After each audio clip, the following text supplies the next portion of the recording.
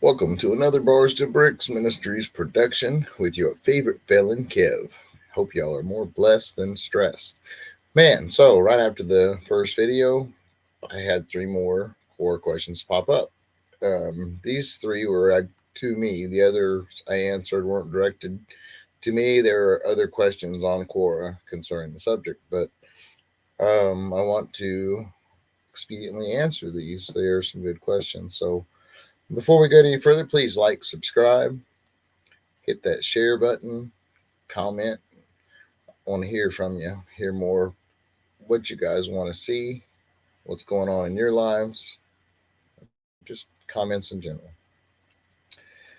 For to reach out, prayers or anything like that, the new message number is on the bottom, as well as my email and stuff is in the description and contact information.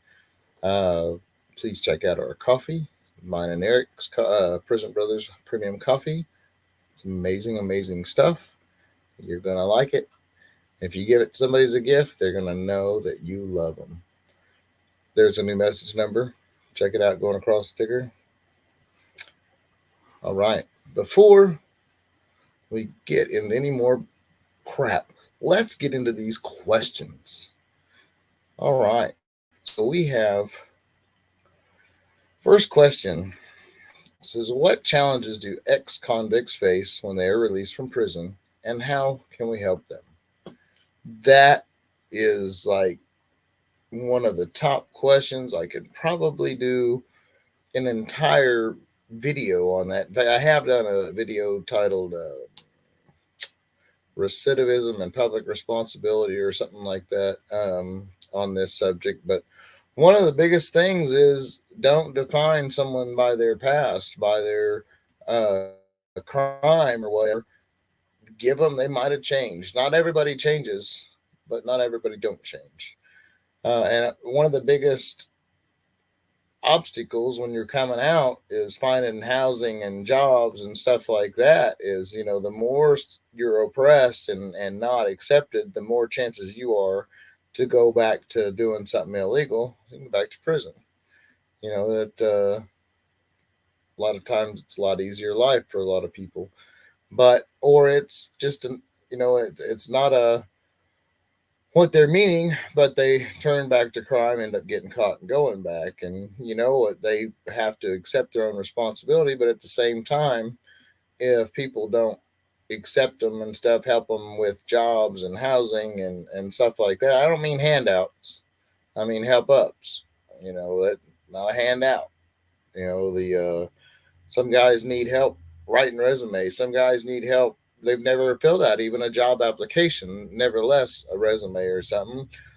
Many guys, especially older, coming out of prison after a long time, have no idea how to use the internet and technology. So if you know the internet and technology, help them fill out these stuff online, whether it be for food stamps or aid of some sort, or jobs, all that stuff, banking online, anything you can show them people, the better. Um, it's hard coming out of prison. So just kind of be mindful, especially where they were, how much time they've done, and all that. PTSD is real, folks. Especially if someone like me with a high ADHD and anxiety going into the prison system and all the stuff you see and all that, that just turns terrible. And there's many situations that are very hard for me. And I've had to remove myself from situations. My anxiety and PTSD got so bad, I had to go. I was shaking and all. I just had to remove myself from the situation. So keep that in mind. And if someone has to do that, don't belittle them, because it's something can't be helped. There's you got to get through stuff, and but little at a time. But anyway, if you know of jobs, employers and stuff that have decent jobs, you own a company or something, hire felons, hire people coming out of prison, or direct them to them jobs. Speak for them if you can. And there's also grants and stuff like that people can get federal grants to just for hiring somebody that come out of prison. It's a federal work program. So all employers qualify for it if they hire someone coming out of prison stuff. So, there's an advantage. And like a lot of states offer bonding to the companies for if they hire a felon, like Kansas. It's so you're bonded. You're pretty much a low risk situation. Maybe some low productivity, but I'm telling you what, if a guy's coming out of prison, he's on parole, he has to work, he has to maintain a job, he has to meet certain qualifications for parole. So you're going to have an employee with great attendance and great work ethic. Even if they fake it for their time on parole, maybe they'll fake it long enough it becomes part of their character, and you have a good employee forever. You know, it's not always the case. You have your bad apples too, but you know what? You have to give people a chance. So that's one of the biggest things. Encourage people. They're not their past. You're not your mistakes. And people change, and just keep that in mind. Second question is, how have prisons treated mentally ill inmates? Again, this is one I haven't done a video on, but boy, I could do a whole video on it. Not well at all. There's a lot of people with some mental health levels that don't belong in prison. They belong in mental health facilities, including a guy. Eric had done a video on this guy, and I'll call him Big J. I don't know if Eric said his name in the video. I'm not going to say his name, but Big J. Very atrocious crime involving children and a murder, and yeah. But he's mentally ill. He has the mentality of a little kid. I'm not sure what the underlying mental problem is, but there is a prevalent one. That's for sure. And he don't belong in prison. He belongs in a mental institution for life. But you know, now I'm not saying people can't change, because that's not absolute. I absolutely believe 100% everybody is capable of change as long as they're willing and they have the mental capabilities to do so and are willing to put in the work. But that being said, mental health patients in some prisons, they have special units for certain higher levels of mental health. At one time, if you had a certain mental health level, you had your own cell in El Dorado. You're as a max. Now that's not even so. They're forcing even people with mental health issues and stuff to have cellies, because they're claiming space, even though DOC has emptied out a bunch of beds with COVID and all that stuff. They still claim space and make these guys have cellies. The mental health meds a lot of times are experimental. If someone don't pay attention, no matter what your medication is, mental health stuff, whatever, you probably better pay attention and know what you're supposed to be getting, because they don't always give you the right pills.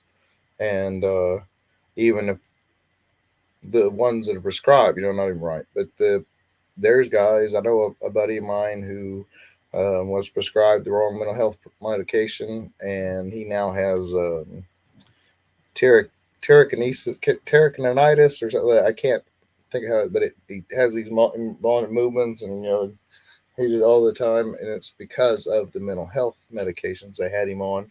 They had him on the wrong medications and a high dosage. I've seen deaths from the medications.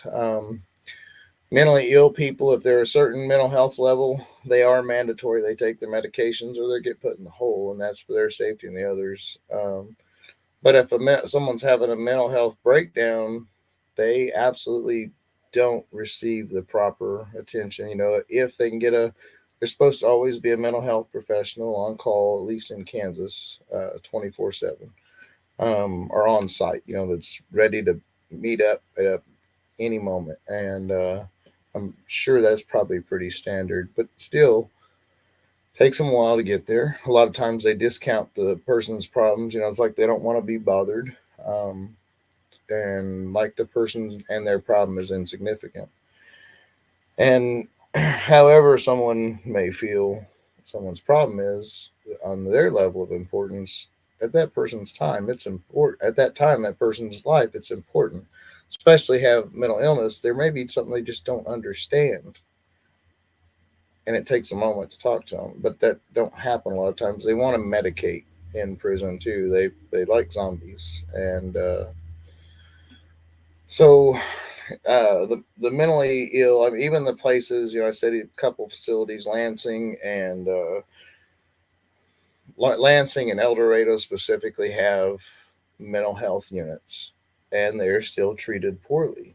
The mental health units in Lansing and El Dorado, they're basically treated like supermax inmates, segregation inmates. They don't get the time out like everybody else. They don't get the yard time with everybody else. They don't get to participate in the intramural sports. They don't get to participate in when the different groups, self help groups, do fundraiser. Well, they get to participate in fundraiser, but the activities and stuff. They don't get to participate in the activities for and it's not right.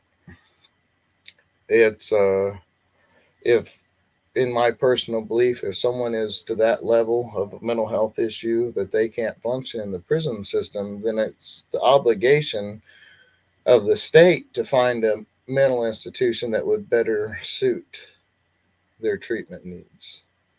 Because but unfortunately, prisons are in the habit of warehousing and just collecting money and a paycheck off of you, not trying to help a lot of people.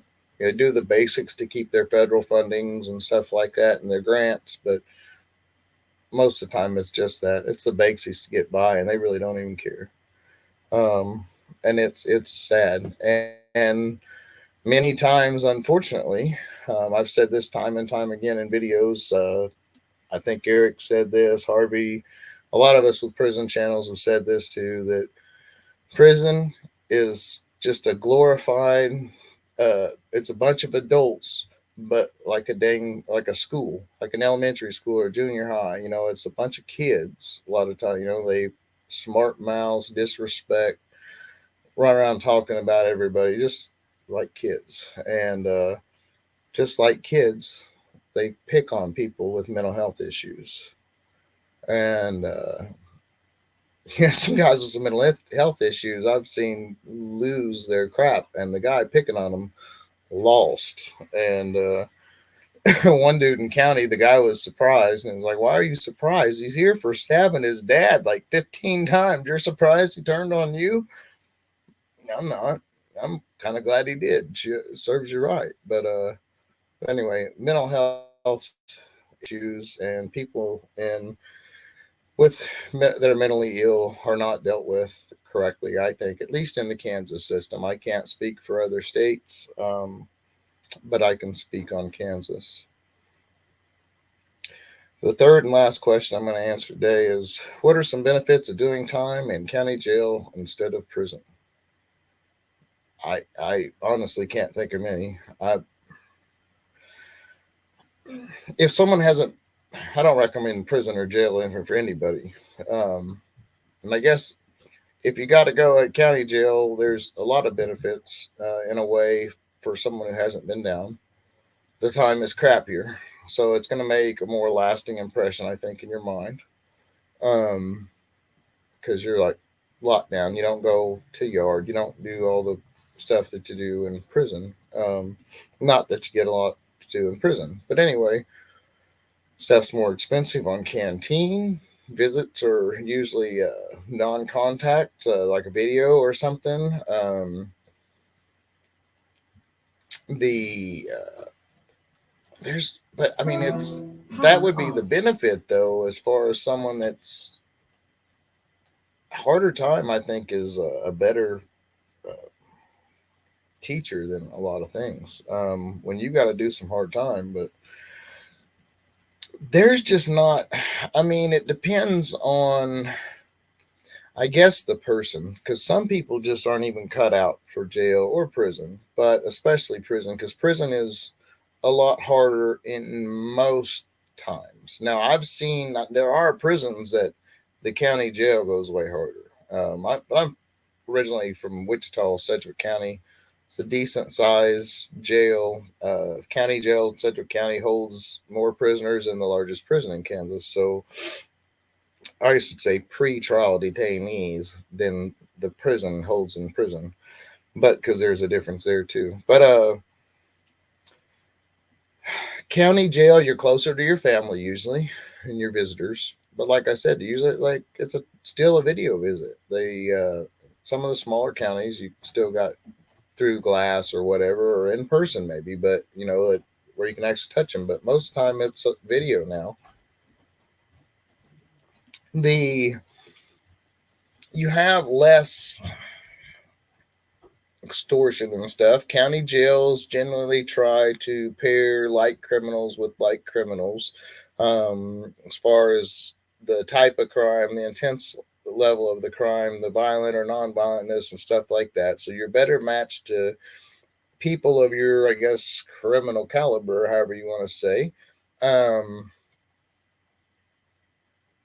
Man, like I said though, emails, uh, phone calls, canteen items are way more expensive. The food is worse if it, generally.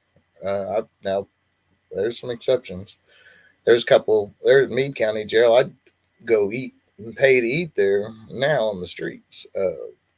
Really good food, best biscuit and gravy I've ever had in my life. But that's a rarity. It's a private jail, and it's a small town. But I really, that's a good question because I can't think of many, besides jail or prison isn't for anybody. And prison is not a badge of honor. Jail is not a badge of honor. Anybody thinks that, they're an idiot. Because they're not going to like it when they get there. And, but anyway,